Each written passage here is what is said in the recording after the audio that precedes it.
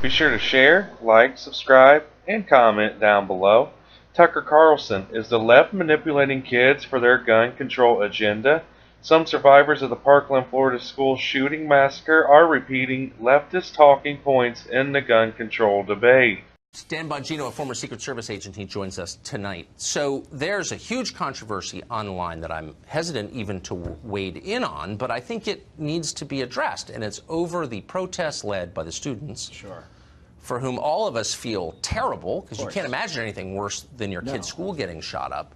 But all of a sudden you're seeing these kids involved in calls for very specific pieces of legislation. And the allegation has been that they are in some way in contact with organized anti-gun groups, and people who have suggested that have been denounced as immoral and heartless, and how dare you question these kids or attack them, which, for the record, I am certainly not doing. Right. But I think it raises interesting questions about how we make our law. Right. You know, what's interesting about this is I'm with you 100%. If you are involved in a horrific, unimaginable tragedy like this, your voice should be heard. They are obviously important voices in what happened. But what I find ironic about it is a couple things. Number one, where I think their voices are most valuable, Tucker, are not on the components the media is paying attention to. In other words, supply side measures to get rid of guns. Yes. Where their voices would be valuable is where were the signs missed? These students were there. They dealt with this kid every day. But the media is focused more on a teenager's expertise in supply side control measures for guns, which, Tucker, let's be candid, they probably have not studied a very complicated, layered issue.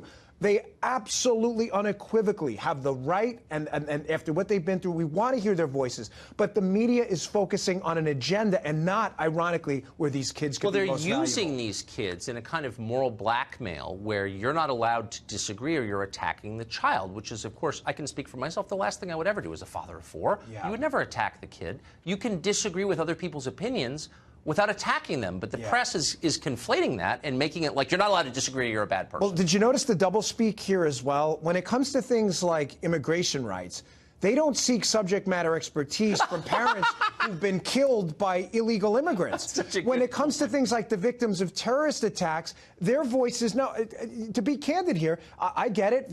They can say, someone may come back and say, well, Republicans come out and they say, what about Kate's law? Fine. But we gave them a voice, and we followed it up with a substantive law, and we understand, and I'm saying to you, these kids should be heard. But the left-leaning media will not do the same. They will give these kids a platform to talk about these legislative issues, but they won't give anyone else on an issue that doesn't fit their agenda the exact same platform. You're totally right. Creepy propaganda outlets like CNN. I guess what I just disagree with is the idea that anybody who has an alternate view is removed from the conversation on moral grounds immediately. That is their play, well, always. I mean, Tucker, it's all critical theory stuff. It's meant to minimize and put you. It wins the argument before the argument starts by making sure Tucker Carlson's a bad guy. Therefore, whatever Tucker Carlson says is therefore unworthy of the conversation. Smart. That's such a smart. I wish I had expressed it as crisply as you just did. Thank you. That's a big compliment. That was good. Brother. I was impressed. Be sure to share, like, subscribe, and comment down below and tell me how you feel about this report. But other than that, I hope you guys have a great day.